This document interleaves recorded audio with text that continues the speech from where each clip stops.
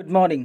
GS mini mock 1 general studies mini mock 1, इसमें 25 question है और सारे के सारे क्वेश्चन हिस्ट्री, एंशिएंट इंडिया और मिडाइवल से है।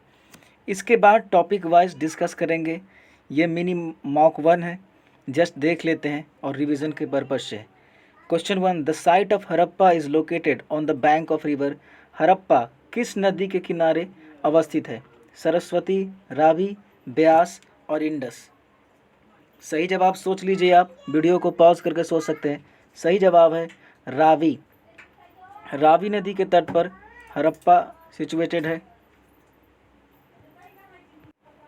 1921 में इसकी खोज की गई थी सबसे पहले हड़प्पा में इस सभ्यता की, इसलिए इसका नाम हड़प्पा पड़ा और यह पाकिस्तान में है, हड़प्पा और Mohenjodaro.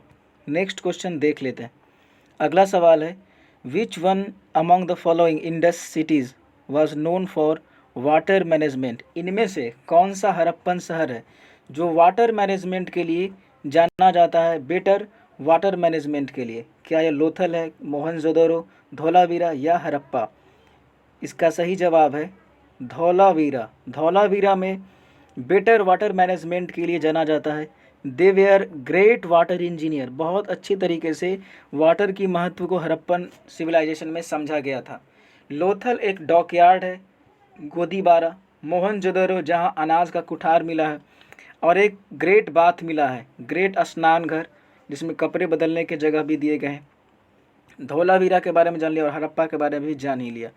The Harappan site is located on the Iranian border. वह हड़प्पन साइट जो ईरानियन बॉर्डर के आसपास लोकेटेड है, सुतकांगेडोर है, क्या आलमगीरपुर है, सुरकोटदा है या कोल्टानीहंगन खान है? आलमगीरपुर तो यूपी में आ गया, इसको काट दीजिए। अब इसमें प्रॉब्लम हो सकती है कि या डी, ए या सी। सही जवाब है सुतकांगेडोर। अच्छा, एक सवाल बताइए, कहाँ से घोड़े की हड्डी के अवशेष मिले हैं? क्या यह सुतकांगेडोर है? कमेंट। और कहाँ से जुते हुए खेतों के साक्ष्य मिले हैं? कमेंट कीजिए। इन द वैदिक पीरियड द पीपुल कॉल्ड पानीज।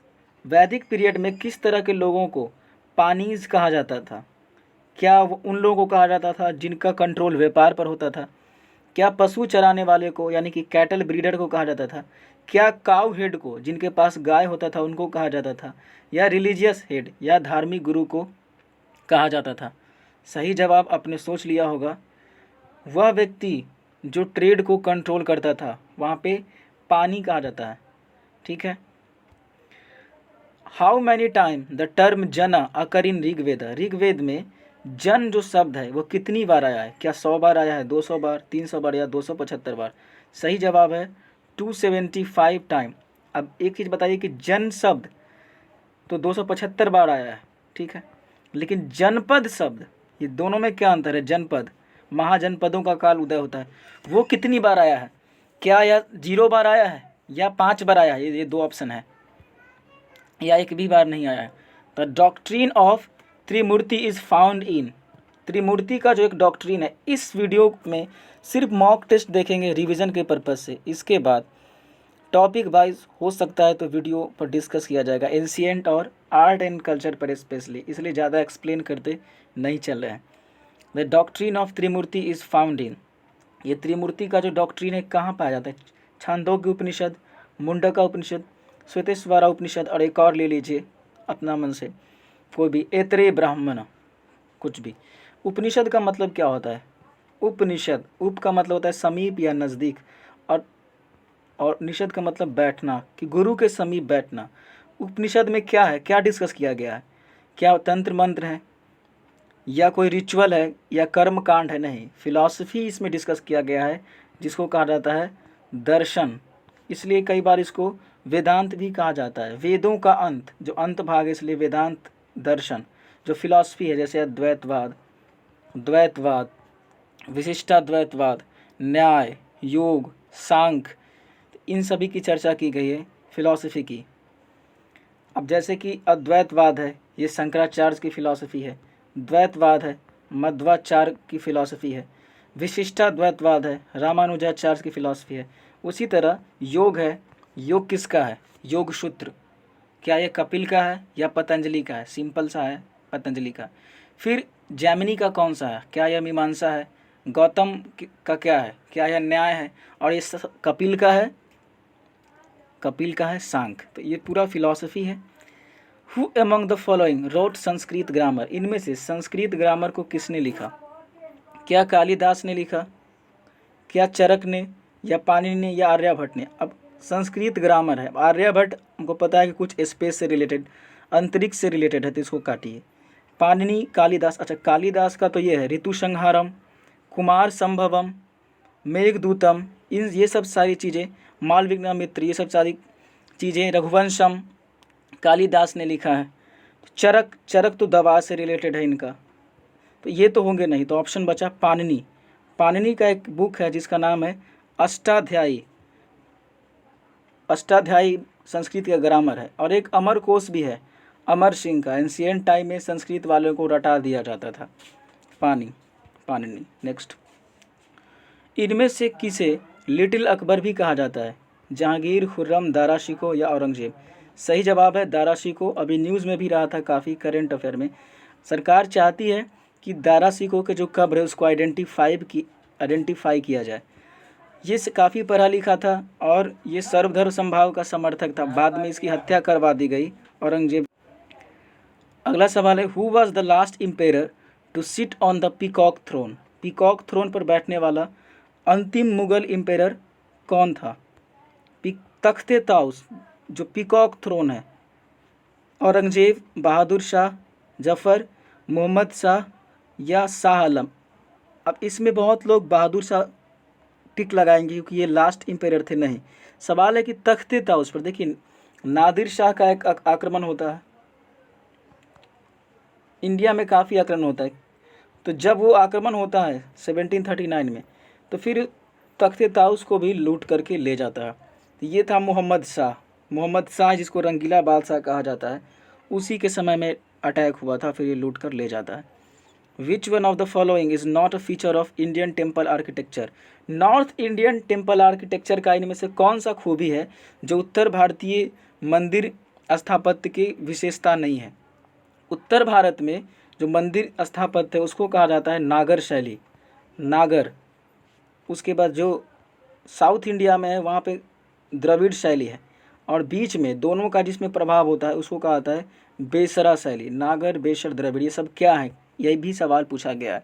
ये मंदिर निर्माण की कला है। नॉर्थ इंडिया में जो टेम्पल बनाया जाता है यानी कि नागर शैली में, उसमें एक चबूतरा होता है जिसको कई बार जगराता भी कहा जाता है। उस पर एक टेम्पल होता है, और टेम्पल में जिसमें मुख्य देवता होते हैं उसको कहा जाता है गर्भगृह, इनर सेंक्टम सेंक्टोरम। फिर प्रदक्षिणा पद होता है और कई शिखर होते हैं। आर्ट एंड कल्चर में डिस्कस करेंगे तो उसको शिखरा कहा जाता है। ये गोपुरम जो है ये साउथ इंडिया के टेम्पल का कैरेक्टरिस्टिक है, तो आंसर हो जाएगा C. The presiding deity of Bhojshala temple? Bhojshala temple में जो मुख्य देवी या देवता कौन है? गॉड लक्ष्मी, पार्वती, दुर्गा, सरस्वती? सही जवाब है गॉडेस लक्ष्मी। नेक्स्ट क्वेश्चन है, इनमें से कौन से राजा ने, चोला राजा ने, ये भी दिया हुआ है कि चोला राजा ने सेलियन को सबसे पहले जीत लिया? क्या ये पुलकेशिन है? सबसे पहले तो यही गलत हो जाएगा कि पुलकेशिन चोला का था ही नहीं। अब बता सकते हैं किसका था? ऑप्शन इस प्रकार है, पल्लवा या राष्ट्रकूटास। और पुलकेशिन ने हर्ष को भी हराया था। पुलकेशिन द्वितीय से रिलेटेड आर्ट एंड कल्चर में भी पढ़ना है। राजराजा राजेंद्र विजया कौन था? यह था राजराजा, इसके बेटे राजेंद्र। विच one of the following statement? सही जवाब इसका है राजेंद्र। विच one of the following statement about Brihadeeswara temple at Thanjavur is not correct? पहला सवाल कि बृहदेश्वरा टेम्पल कहाँ है? तंजावुर में है। कब बनाया गया था? 1010 में। कहीं कहीं 1009 भी दे रखा है और कहीं कहीं 1011 भी दे रखा है। जैसे NCERT मॉडर्न में 1011, तमिलनाडु टेक्स्ट बुक में कभी कभी दे रखा है 1009, और जनरली 1010 ही दे रखा है। ये बनवाया गया था इम्पेरर राजा के द्वारा। क्या यह सही है? यह विष्णु को डेडिकेटेड है। यह टेम्पल ग्रेनाइट से बना हुआ है और यह चोला का टेम्पल है। जी हाँ, ये जो टेम्पल बनवाया गया था राजा 1 के द्वारा और ये चोला किंग थे। तो 2 ऑप्शन तो सही है। तीसरा, यह क्या है, ग्रेनाइट से बना है या सैंडस्टोन से बना है, बलुआ पत्थर से, या सैप स्टोन से बना है। तो ये ग्रेनाइट से ही बना है, ये सही है। लेकिन यह जो मंदिर है वो मंदिर है समर्पित लॉर्ड शिवा को, तो ये ऑप्शन बी गलत हुआ था। आंसर होगा option B. Which one of the following pair is not correctly match, इनमें से कौन सही मैच नहीं है। होयसाला द्वार समुद्रम से रिलेटेड है, सही है। यादवाज देवागिरी सही है। पांडवाज मदुरई सही है, लेकिन पल्लवाज वातापी नहीं है। वातापी के कौन थे, चालुक्य, बाद में पढ़ेंगे, साउथ इंडियन हिस्ट्री देखेंगे तो उसमें। पल्लवा का कौन सा था, बता सकते हैं आप, क्या है, कांचीपुरम था। ये जस्ट रिवीजन के लिए, रिकॉल के लिए, इसलिए ज़्यादा नहीं बता रहे, बट हिंट हर एक क्वेश्चन में हम दे रहे हैं ताकि आप उसको ग्रैब कर पाए। Who constructed the world famous Jagannath temple at Puri, Puri में वर्ल्ड फेमस जगन्नाथ टेम्पल कौन बनाया, जिसको वाइट पगोडा भी, क्या इसको वाइट पगोडा कहा जाता है, और ब्लैक पगोडा बताइए किसको कहा जाता है, जो सन टेम्पल है उसको। तो ये जगन्नाथपुरी में जगन्नाथ यात्रा भी निकलती है। इसमें क्या होता है कि काठ के 3 बनाए जाते हैं, यानी कि लकड़ी के, हर साल नए नए, और फिर एक यात्रा निकाली जाती है। इस बार कोविड-19 को लेकर के पोस्टपोन कर दिया गया था, फिर से इसको शुरू करने के लिए गाइडलाइन जारी की गई थी कि कैसे शुरू किया जाएगा, कितने लोग इसमें शामिल होंगे। उसमें साउथ जो उड़ीसा का टेम्पल है, टेम्पल आर्किटेक्चर है, वो भी एक विशिष्ट स्थान रखता है। कई बार आपको पूछा जा सकता है कि जगमोहन, जगमोहन किस आर्किटेक्चर से रिलेटेड होता है, जैसे शिखरा होता है नॉर्थ इंडियन टेम्पल में, ऐसे शिखर होता है बहुत बड़ा, उसके ऊपर होता है वाहन। उसी तरह उड़ीसा के टेम्पल आर्किटेक्चर में एक जगह चीज़ होता है, उसका नाम है जगमोहन। उसके बारे में अगर किसी को पता है तो कमेंट करके बताएं। तो ये इसको कौन बनवाया था, कृष्ण देव राय ने बनवाया था। पहले ही बात कि यह उड़ीसा से रिलेटेड है, और कृष्ण देव राय कहाँ थे, साउथ इंडिया है, तो पहला ऑप्शन तो यही गलत हो जाता है, काटो इसको। अनंत वर्मन, देव वर्मन और अमोघ वर्धूति, ये भी काटो इसको। देव वर्मन इसलिए लिख दिए हैं, कोई ऑप्शन नहीं था इसलिए, नहीं तो आर डी वर्मन भी लिख देते। इसका सही जवाब है Ananta Varman. Who were the Ashtadiggaja in the court of Krishnadevaraya, Krishnadevaraya के दरबार में अष्टदिग्गज कौन थे, क्या ये 8 मंत्री थे, क्या ये 8 पोएट थे यानी कवि, या 8 सलाहकारों के ग्रुप को अष्टदिग्गज कहा गया है, या 8 ग्रेट जनरल थे, कौन थे। सही जवाब इसका है 8 पोएट थे। यूजुअली अगर ना पता हो तो मिनिस्टर भी मार देते। अच्छा, अष्ट प्रधान किसके दरबार में थे, अब बहुत को लग रहा होगा भाई क्वेश्चन कम सवाल ही ज़्यादा हो रहा है। ये सही है क्योंकि रिकॉल इससे होता चला जाएगा, अगर 25 सवाल बनाए हैं तो 25 एक्स्ट्रा भी आ जाएगा। City of Jaunpur was founded in the memory of, ये जौनपुर का जो शहर है किसकी याद में बनाया गया था। अब यहाँ पे बहुत सारे लोगों का जो उत्तर है फिरोज शाह तुगलक भी हो सकता है, लेकिन गलत है। सवाल है कि किसकी याद में बनवाया गया था। मान लिया ए ने बी की याद में अगर कोई टेम्पल बनवाया या कुछ बनवाया, तो ये बनवाया ए ने, लेकिन याद में किसका बनवाया गया था, वो बी के याद में। उसी तरह किसकी याद में किसने बनवाया नहीं, तो वो है मोहम्मद बिन तुगलक, MBT, मोहम्मद बिन तुगलक की याद में, तो सही जवाब होगा ए। अब किसने बनवाया, तो ये है FST, फिरोज शाह तुगलक। ये GST है, गयासुद्दीन तुगलक, याद रखने के लिए ऐसे याद रख सकते हैं। Which region of India was ruled by sultan Zainul Abidin, कई बार एक सवाल आ जाता है कि कश्मीर का अकबर किसको कहा जाता है। असम, बंगाल, कश्मीर, देवागिरी, सही जवाब है कश्मीर। भक्ति मूवमेंट स्टार्ट किया गया था अलवर संतों के द्वारा, सही जवाब ए है। ये सिंपल सवाल है, 1 लाइनर सवाल है, अगर आता है तो आता है, नहीं आता है नहीं आता, इसलिए इसमें कोई एक्सप्लेनेशन नहीं कि हाँ शिखर क्या होता है, गोपुरम क्या होता है। सूरदास, सूफी सेंट के द्वारा तुलसीदास, तुलसीदास ने रामचरितमानस लिखी।